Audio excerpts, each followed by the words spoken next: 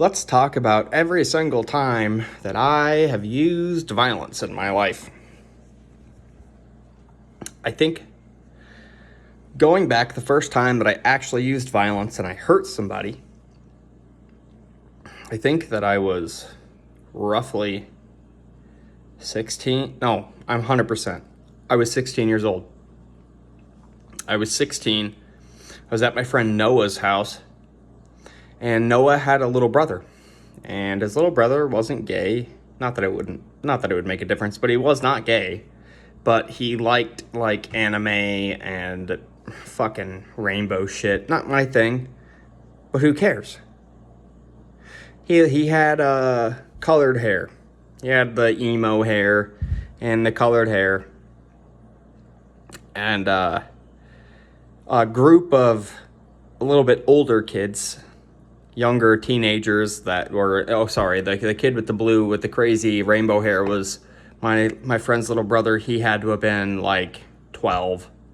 Okay, and the kids that were bullying him were probably 15, 16, my age. Maybe a little bit younger, but they were all pretty close to my own age.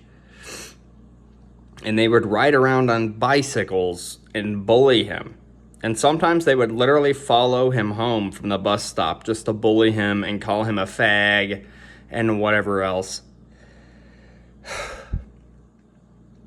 And I remember I was hanging out with my friend Noah and we were playing video games in the basement, and his little brother came downstairs crying. He was crying because these kids had followed him home on their bikes like a gang and bullied him the entire way home. And I don't know, I had never had something like this happen to me, but boy, did I lose it, dude. I jumped up off the couch. I threw the controller and I was like, where are they? Show me where they're at. Where are they at? They're not going to bully you anymore. I'm like, we're done here. So we go outside and we're looking for these kids, and he goes, well, maybe they went home. So we went to their apartment complex. Sure enough, they're there. There's a gang of like 5 or 6 kids that are like a year or two younger than me. Some of them are my age. They're all smaller than me, but some of them are my age. And I'm walking through the apartment complex, and I'm like, which one of you guys is calling my friends a faggot? I'm like, if you're going to call him a faggot, I think you're a faggot. And we start, you know what I mean? I start running my mouth, calling them names and whatever. If you're going to bully my friend, then you're this and that. And then their older brother comes out. Well, come to find out, their older brother was 21 and I'm 16. Okay? So he comes outside and he goes, are you calling these kids faggots? And I said, yeah, I am calling them faggots, actually. I am calling them faggots. I'm like, I think they are faggots. What are you going to do about it? Well, nothing. I'm running my mouth. You can't call them. Well, I can say whatever I want, actually. Actually, I can say whatever I want. Oh, say that to my face. So I walked right up to him. And I said, I think you're a faggot. So he punched me in my face. And I grabbed him by his hoodie, and I threw him to the ground, and I punched him in his face several times. And then he tried to crawl away from me, and I started choking him. And had his pregnant girlfriend not came out and literally ripped him from my arms, I would have choked the fucking punk unconscious. Because I didn't have self-control then. I was just furious that he was picking on my little friend. My friend's little brother. It wasn't gonna fly. So that was the first time that I used violence. The next time I used violence, my mom had this boyfriend, and she had a restraining order on him. His name was Chris. He wasn't supposed to be around our house. I wasn't living with my mom because I wasn't getting along with my mom, and I moved out on my own. My mom called me one night, and we weren't even on good terms. We were arguing. But my mom called me one night, and she goes, "Oh, well, Chris is saying he's going to come to my house. Chris said he's going to come to the house, and he's going to find me. He's going to hurt me." Okay. I said, I'll come spend the night, no problem. So I go to my mom's house, and we sit there for hours. No Chris, nobody shows up. My mom goes, "Are you hungry?" "Well, yeah." "Well, let's go get something to eat." So we go eat. We go get some Sherry's. I eat. She eats. We come home. "Oh, but this motherfucker's truck is parked down the street, and he ain't in it." Okay. My mom goes, "We should call the police." I said, "No, we shouldn't." "No, we shouldn't." I said, "Open up the garage." So my mom pulls into the driveway, and she goes, "We should just wait outside." I said, "Nah, I'll go check it out." And I walked into the garage, and I grabbed an aluminum baseball bat, and I said, "Give me your keys." And I grabbed her keys, and I unlocked the front door, and I walked inside, and I said, "Chris, where you at, buddy? You better leave this house. We're going to have a problem." And I slowly searched the house, room by room, waiting to find him. And I get to the basement, and I'm in the last room. I'm about to open that door, and my adrenaline's kicking. I'm shaking a little bit, and I'm like, he has to be in this room. Boom! I open the door. He's not there. And I go, fucking pussy wouldn't come in the house anyway. So I start walking up the stairs. And as I'm walking up the stairs, I hear a blood-curdling scream. My mom's screaming, "Help! Help! Ah! Help! Ah!" That's all I hear from upstairs from my own mother. I go sprinting up the stairs, and my mom is holding the front door shut, and her ex-boyfriend is trying to push the door open. They fight back and forth 2 or 3 times, and I have a bat in my hand. About the 3rd or 4th time he pushes that door open, I hit him in the fucking arm as hard as I goddamn can, and I broke his arm clean in half. 34-year-old man. I'm still 16. He falls backwards down the stairs, and he starts going, "My arm, my arm's broken." Yeah, bitch, it's broken. So then he stands up, and he tries to get in my face. And I grab him by his sweatshirt, and I throw him like 10 feet backwards. He flips over himself. And he tries to get up again, and I grab him by his hoodie, and I throw him down again. 34 years old, I'm still 16. SWAT shows up, arrests him, and they all give me knuckles for saving my mom, which I did. Fuck you, Chris. You're in prison now, you fucking cunt. Flash forward. The next time I used violence, what was I? 21. And I didn't actually have to use the violence, but boy did I threaten it. And boy did I mean it when I threatened it. Okay? So I'm with my girlfriend. I'm with my wife. We're married. I'm divorced now. Sucks to suck. I was a dickhead. The divorce was my fault. Don't get that twisted. But I was married. We're with a friend. And we go to drive this friend home. We drive this friend home to their apartment complex. And we go to drop them off. And we're out in the parking lot. And we're smoking, listening to music, hanging out for like 5 or 10 minutes at most. My truck's running, but it's a 2012 Silverado. It's quiet. It's not loud. It's not like some clapped out piece of shit. It's a decent pickup. And we're just sitting there. And it's like 9:30, 10 o'clock at night. It's 9:30, 10 o'clock at night. And we're just hanging out. And this guy comes outside, and he doesn't have a shirt on. He's in basketball shorts. and he has swastika tattoos all over himself. So instantly when he walks outside, I'm like, oh God, you know. He walks outside and he starts screaming, and the music wasn't loud because we were talking. We were talking like I'm talking right now. We weren't yelling, you know what I mean? So it couldn't have been that loud, but he comes out and he starts screaming. I turn down my music a little bit and he goes, "Your fucking headlights! Your fucking headlights!"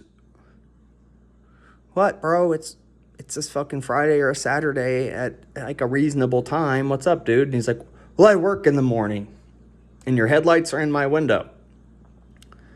I'm sorry, homie. Fuck, I didn't think about it. Sorry, I turned my headlights off. And he's like, "I can hear your music." Bruh. Sorry, I turned it down a little bit. Can you hear it?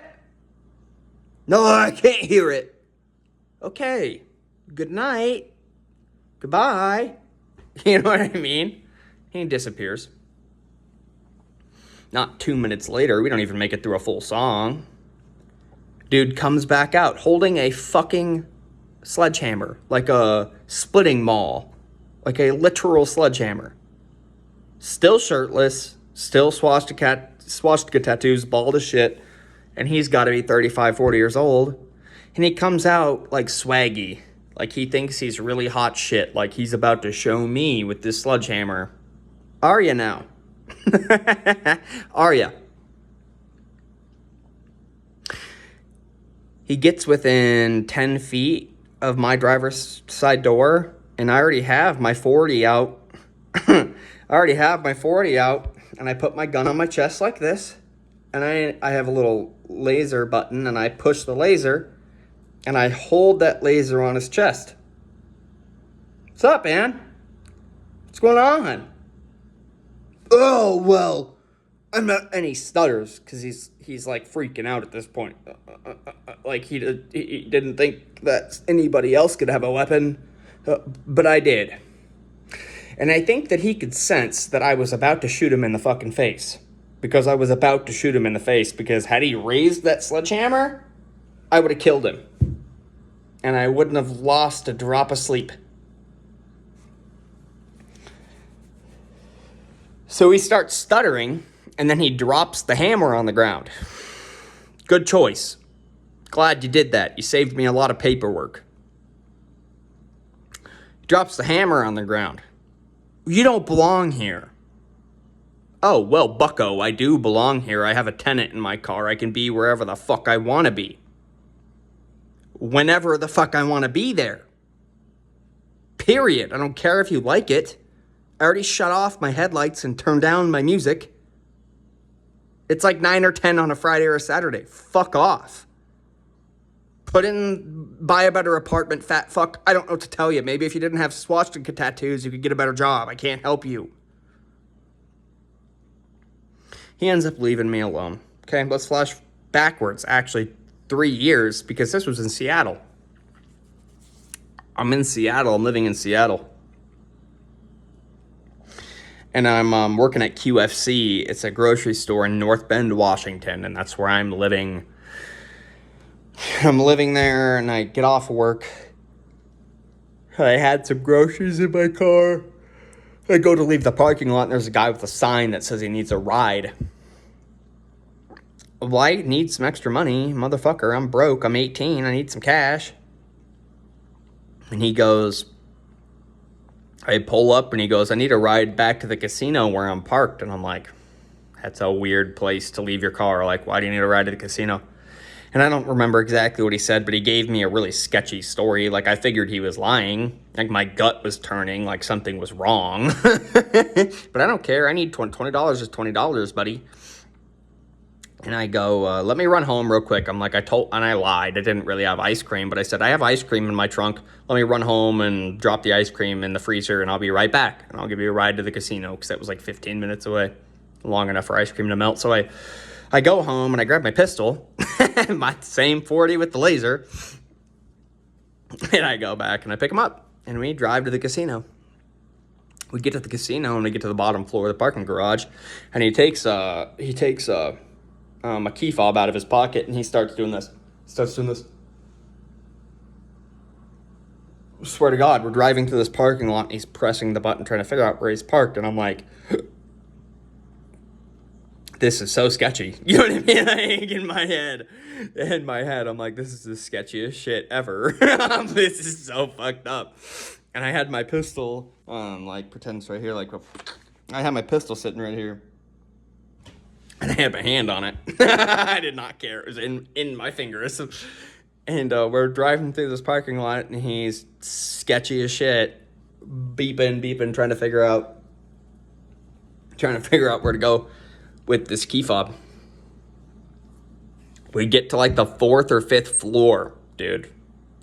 The 4th or 5th floor, and he's still beeping all around. And now all the spidey senses are going off, dude. My finger is on the double action trigger, and it's tucked, but it's on. My hand is fully on the gun. My finger is on the trigger, and again, I am 100,000% ready to shoot this man in the face if he needs to be shot in the face. Like, I have no qualm at this point. I have made my choice. I will kill you if I need to. No problem. Okay? And I can feel him getting nervous. And as every floor we go up, I feel his blood pressure go up because my blood pressure goes up. And finally, this minivan, it goes beep, beep, beep, and all the lights go off. And I see this minivan up on the right-hand side, and we're inching closer to it, and, like, the tension, dude, the tension grows, and you could cut it with a knife. And it's getting tighter and tighter and tighter. And finally, we pull up right behind this van, and we stop and park. And you know how if you unlock a car, the interior lights come on? Well, this dipshit hits unlock on his van and the interior lights come on, and it's full of people. There's at least 3 or 4 people sitting in this fucking van, and the lights come on. And he accidentally hits the unlock, or maybe he didn't, but he hits the unlock button, and then he looks at me from the passenger seat, and again, I'm just sitting here with my hand on my gun. And I'm looking at him, and then we're sitting here looking at each other, and he's sizing me up, and I'm ready to shoot him. 100,000%, dude. I got 13 rounds, and I'm a damn good shot. I'll kill you and your 4 friends, no problem. So we're sitting there, and we're fucking hanging out for like, I don't even know, man. It was longer than it should have been. Like 5 seconds, we're standing there looking at each other like a Mexican standoff, you know? And literally, he starts stuttering and fumbling around his body. And he was like, thanks for the ride, man. He unbuckles, and he cracks the door open, and I go, hey, wait. And he looks back at me, and I go, hey, bro, where's my $20? He told me you're going to give me $20. The look on this man's face. When I tell you, the look on this man's face. He looks over at me. Pretend you're me. Pretend you're me, and I just said that to you. He goes,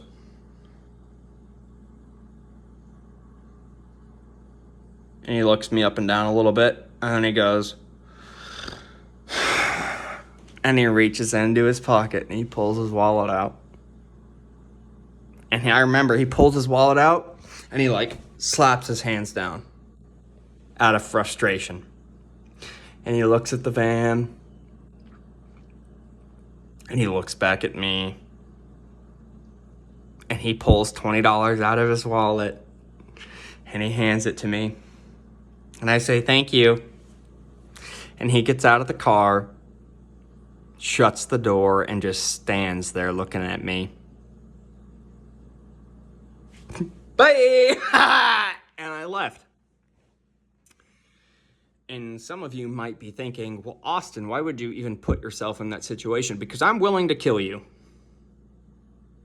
And I know that the single mom that needed that money, that was going to give you a ride home, was not willing to kill you. That's why I picked you up. I thought you looked sketchy, and I could use $20, and I'm willing to kill you. Okay, so that was the however many times I've had to use violence. Well, we're gonna move on forward. When I met my ex-wife, her dad was a meth head, and he tweaked out and pulled a gun on his family and got sent to jail. We never got along. He hated my guts. Fair enough.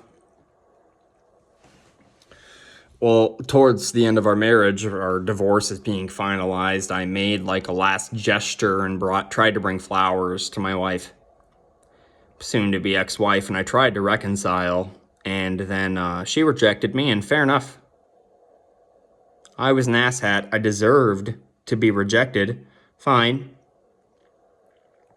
But then this man that pointed a gun at his family and forced them out of the house, tweaking on methamphetamine, he comes to my house. I'd inch my eyebrow and he comes to my house and I open the door and I'm fucking starstruck, dude. Scott was the last person that I ever thought would show up on my front door. I opened my front door and I'm like, totally bewildered. I'm like, what the fuck? Who are you? You know, what are you doing in my house? And I stop and I think for half a second and I relax a little and I'm like, well, I did just go to her work with flowers, like, and she doesn't like me anymore, and fair enough, she shouldn't, but okay, this is fair. Okay, I'm like, well, maybe, whatever. And he goes, you should come out and talk to me. Okay, yeah, I'll come out and talk to you. And right outside of my front door, there's a small platform, like a 4-foot by 4-foot platform, and then there's like 3 steps down to a sidewalk. And I sit down on those stairs, that platform, I sit down, and my feet are on the last stair, and then there's concrete where he's standing. And I sat down as to not be intimidating. I literally wanted no problems. I was smoking marijuana, watching The Sopranos on my couch in peace. After working all day, I wasn't interested in bullshit. I wanted to be left alone. So I'm sitting there on that platform and I'm looking up at him and we're talking and I don't know, we're talking back and forth and he goes, what do you want with my daughter? And blah, blah, blah. And I go back and forth and I'm like, I love you and your family and I'm sorry I did what I did and you shouldn't have done what you did and like we could be friends and we can make this right. And I'm trying to... Was I the best person at that time? No. But was I actually trying to be polite and trying to be a good person? I really genuinely was trying to be a good person. I had no ill will. I had no alternative motives. I loved his daughter and I loved his family and I was just trying to be a part of it. And despite making poor choices and being a dickhead, I just wanted to be a part of their lives. And that's all I was trying to tell the man. And the more I tried to tell him that, the more irate he was getting. And finally, he snapped and he goes, you're going to leave town tonight. Okay. Before I was a trained fighter, I knew how to fight. And I had a pistol in my waistband when he said that to me. And I already knew I was willing to use it if I needed to use it. Not that I wanted to, but I was willing. And willing and wanting are different things. Right? And I literally instinctually laughed at him when he told me that you need to leave town tonight. I started cracking up. I'm like, shut up, dude. I'm like, I'm not going anywhere unless I want to go anywhere. And you can't make me. Like, stop it, dude. I'm like, I literally started and I kept saying after he said that, I'm like, dude, I love you, Scott. I want to be your friend. I want to be your son. I'm not trying to be a problem. I'm not trying to cause problems, man. I'm like, Scott, just go home, man. Just go home. Like, Scott, just leave me alone. And he goes, no, you're going to leave town. And you're going to leave town tonight. No, I'm not. I'm really not. There's 3 trucks and a tool trailer, and I've got the next 2 months of my life booked out in construction, and I have 4 or 5 months left on my lease on this apartment. Like, no. No, I'm not leaving. I'm not leaving now, and I'm not leaving tomorrow, and I'm probably not leaving ever. And if I ever do leave ever, I'm gonna probably still have a house here. You know, and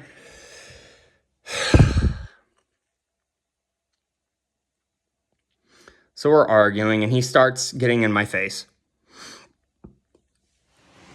I tried to describe to you that there's a platform, 3 or 4 wooden steps, sidewalk. He's on the sidewalk, and he grabbed, there's railing on either side of the stairs per code, and he puts his hands on the railing, and he leans over the railing, and he gets this close to my face.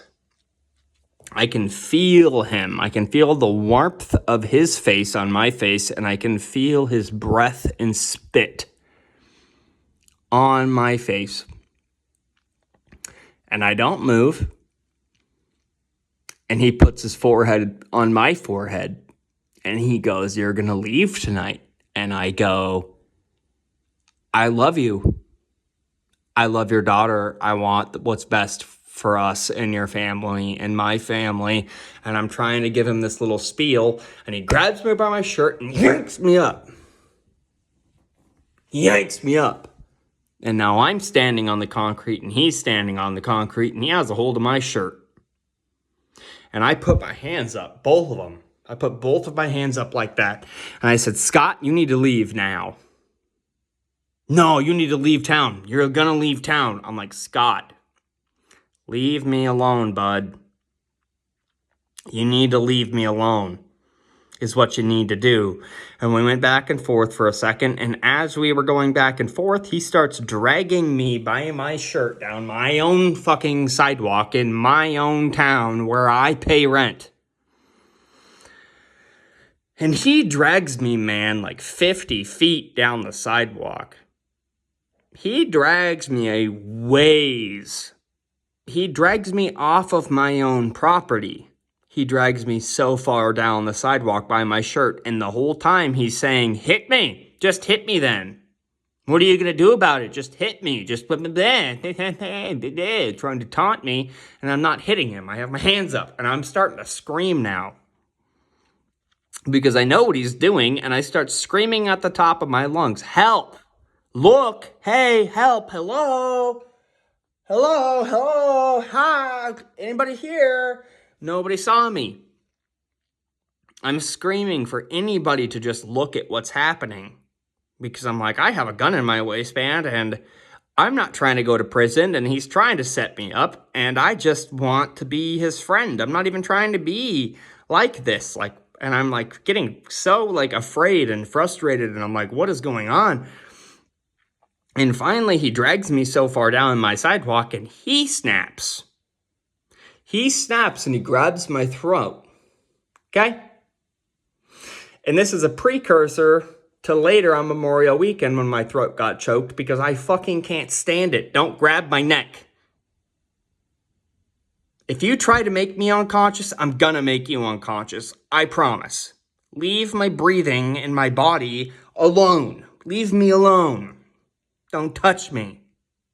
Touching my clothing is bad enough. I'm not going to hit you if you touch my clothing, but touch my skin. And he didn't just grab my throat. No, he grabbed it. He grabbed my throat like he meant it. And he pulled me forward by my throat instead of my shirt. Oh, okay, bet, bitch. So I started punching him in the fucking face over and over and over again until he was bleeding everywhere. And then I tried to get up because we ended up on the ground, and I'm punching him in the face over and over again. And I try to get up, and the second I turn my back to him to stand up, he jumps on my fucking back and he tries to choke me. Okay, bitch. Okay, bitch. You want to play that game? Let's fucking play, bitch. So I throw him over my shoulder, flat on his fucking back, and I punch him in the face as hard as I fucking can. And I know that I broke his nose and he needed stitches in his face. Thank God. Thank God I was able to do that to him because he earned it. And then I retreated. Do you want to know what's funny about that? After I threw him over me because he was choking me, I punched him in the face maybe 2, 3, 4 times as hard as I could. And he wasn't unconscious, but boy, was he fucked up. And I remember this clear as day. I'm not even looking. I don't even know what's going on. All I know is my fist is in his face as hard as it can, and now I'm belligerent, and I'm pissed, and now I want to kill the fucking guy. And I punch him, and like third or fourth time that I punched him, he screamed, "Stop!" And it felt like God blew a whistle. Like God. And I stopped. And I stood up over him in his bloody, fucked up body. And I winded my foot back to kick him in the fucking face because I was pissed. Totally aware that I have a pistol on my body. And I wind my fucking foot up. And I stomped my foot on the ground because he's not attacking me anymore. And I went into my house and called the police. I didn't hit him one more time than I needed to get him to stop attacking me. Did I want to kick him in the face and kill him and shoot him with all 13 fucking 40 rounds? Yeah, I wanted to, and boy, did I think about it. But I wouldn't do that. That's not in my heart.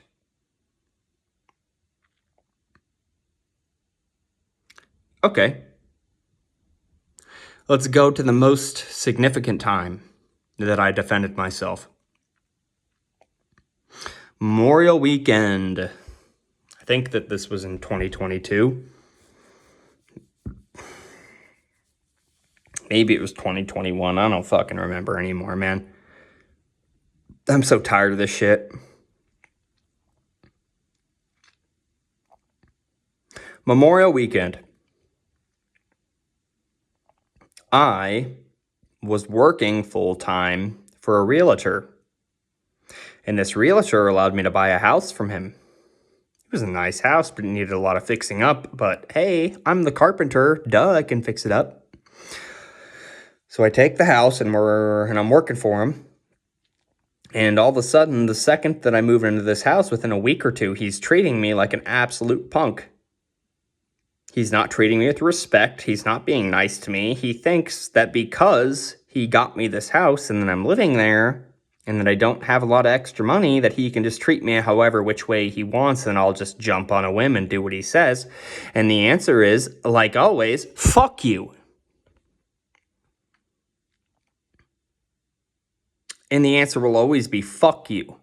If you try to make me do something that I don't want to do, that isn't moral, that I don't want to do, I'm not going to do it.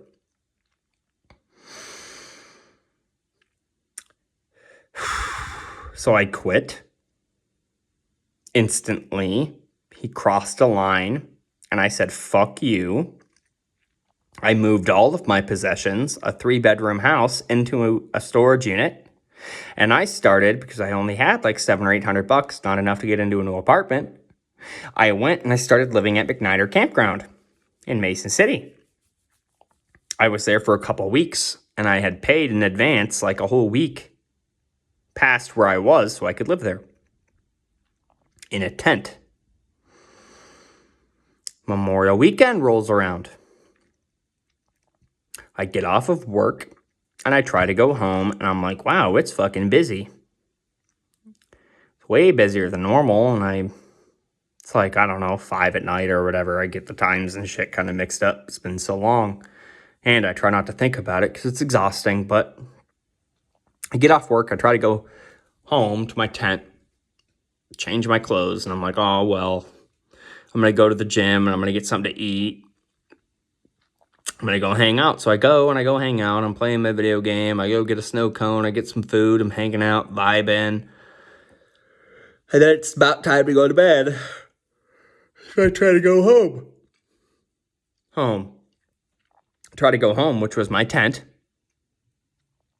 And I go ahead and start pulling into the campground, and I'm like, what the fuck is going on? It's like a fucking movie. There's like 5,000 people in every direction. You couldn't park a moped. Everything's so full. And I'm like a little stressed out and like a little off put. And I'm like, oh shit.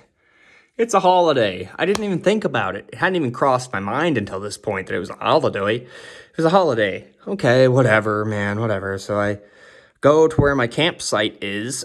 And I'm like, what the fuck, man? Again, I worked all day. And now I've played video. It's like 9 or 10 at night. Like I've been playing video games. I ate and now I'm exhausted. And on my way home from eating, I ate some melatonin. So now I'm like really tired, bro. I just want to go to bed. And I realize I can't park. I have 4 parking spots and all 4 of them are full with random douchebags coming to party for the weekend. Which, please, party. It's a holiday. I love it. Every part of it. Do what you need to do. But don't do it at my expense. And don't steal my things. So I pull behind the vehicles in my parking spot. And I try to go to bed. And then one by one, they start coming out to try to get into their cars. And they start tweaking out on me. And I negotiate with 3 of the 4 people I was blocking, saying, hey, I'm going to leave at like 5 or 6 in the morning. Like, you're staying here partying, like, and you're drunk as shit right now. So you're obviously not driving tonight, or I hope you're not. So, well, no, we're not going to leave until tomorrow afternoon. Well, okay then. Well, just let me stay parked in my own parking spot, fucker. Right? In my own parking spot that I paid for, that's numbered, site number 13. That's my campsite number. I paid for the fucking bitch and I'm living here. This is my house. This isn't my party for the weekend. This is my fucking home right now. Let me stay parked in my own spot. Finally, there was one person I hadn't talked to. I tried to go back to bed and everybody else was cool. 3 out of 4 people I've talked to and they're cool that are in my parking spot. No. Oddly enough, this guy's name was Scott too. What it is with Scots, I'm not sure. But I'm in my tent, and my tent is facing the river opposite of the road. You can't drive where my tent is. Yeah, there's not a road, it's just grass. The road is behind me, I'm facing this way. Headlights pull up in my tent. Dude, I freaked out. I fucking shot up. I grabbed my pistol and I jumped out of my tent because I thought that there was a bunch of hillbillies about to run me over. I thought somebody was literally coming to kill me and run me over in my own tent. In my own house. So I jump out of my tent with my gun and it's the fucking campsite director person and he goes, well, you need to leave. I need to move my truck. I already paid. Yeah, but they're drunk and it's the holiday. Just let them stay parked there. Go find somewhere else to park. I already went around the campsite 2 or 3 times. There's nowhere to park. I looked for another place to park before I parked the way I'm parked now. And the only reason I'm parked the way I'm parked now is because I already paid for it, bitch. Okay, well, I'm not asking you to move. You need to move. I'm telling you. Oh, okay, you're telling me. Okay, well then fuck you. I'm gonna leave. And I pack all of my things up.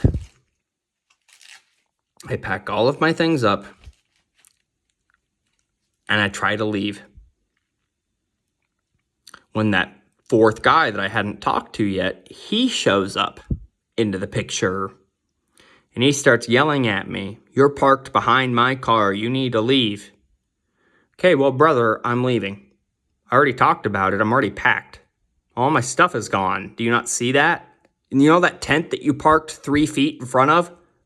You know that tent that belonged to me and that parking spot that you parked in? That's mine that you parked in? That's 3 feet in front of that tent? You notice that tent's gone? Yeah, that's my tent that you parked right in front of in my parking spot. Yeah, that one. It's gone because I packed it. Duh, I'm leaving. And he's drunk as balls. He's so drunk. Like, way over the legal limit. Fucking smashed drunk. And he wants to sit there and argue with me. And I'm like, dude, I'm just trying to leave and go. This is literally where I'm living, and I'm leaving because I don't want the smoke. I just don't care that much. I think you're a bitch. I think you're a punk. I think you're a fucking faggot. That's what I think of you, but I'm leaving because I don't care that much. It's just a place to sleep in a parking spot. I didn't care about that house I was trying to buy. What makes you think I care about this fucking tent site? I don't care that much. Goodbye. Have a good night. Well, he surrounds me with his friends and stops me from leaving. Okay, well, per usual, I have a pistol on me, so bad choice. Yeah, okay. So him and his friends surround me, and I'm arguing back and forth, and we're arguing, blah, blah, blah. And one of his friends over here starts arguing with me, and I'm arguing with this stupid fucking friend. And the guy that started it over here, he jumps on my back and starts to try to choke me and pull me to the ground. Okay, well, dipshit, I have a 40 in my pocket. That was a poor choice. I try to get off of him. I try to get out of it. I try actually 3 or 4 or 5 times, back up and down. He's trying to pull me to the ground, and I'm trying to get out of it. And I haven't drawn my gun yet, but I'm really trying to get out of this chokehold. But boy, this fucking old spider monkey bastard, he has got his, and I'm trying to pull his hands off, but I don't know how to fight yet. I've never had training. I can't get him off of me. He's literally choking me. Does he have constant pressure where I can't breathe all the time? No. But consistently as we're going up and down, he's cutting my fucking air.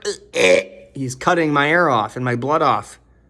Like where I can't, he's cutting my throat off so hard that I can't speak out loud. He's crushing my windpipe. And I can't get out of it. I'm trying to get out of it and I can't get out of it. And finally, okay, bitch, you want to play that game? You want to try to take my life? Yeah, right, okay. So I pull my pistol very calmly out of my pocket. I push it up right against his fucking side, and I pull that goddamn trigger and send a 40 cal slug over 1,000 miles an hour right into his goddamn stomach, right where it belonged. I pulled the trigger once. That's a 3-pound trigger. That is a 3-pound double single action, smooth, beautiful trigger. That's the P229 Elite. That bitch is polished. I could have pulled that trigger at least 3 or 4 more times, and I honestly might have been able to let off all 13 rounds before he hit the ground, 12 plus 1. I could have, but I didn't. Austin, why didn't you shoot him more? I don't want to hurt people. I want to be left alone. The second I pulled that trigger and that bullet left the barrel and it went into his body going 1,000 miles an hour and proceeded to stop in his guts where it belonged, I instantly felt him release me. The second that shot broke, before he fell down, before my finger was off the trigger, before that gun was out of his side, I felt his arms release me and I could breathe again. I didn't need to pull the trigger again. I realized that I could have. In that split second, I realized that I could keep shooting him and I did not keep shooting him. And I could have shot him way more times and there would have been zero legal ramification. Because it was ruled self-defense and there was a whole crowd of people watching to support me. And I could have kept shooting him if that's what made my heart happy, but it didn't. That's not what I wanted. I wanted to go home. That's why I packed my shit and was trying to leave, to avoid that exact scenario.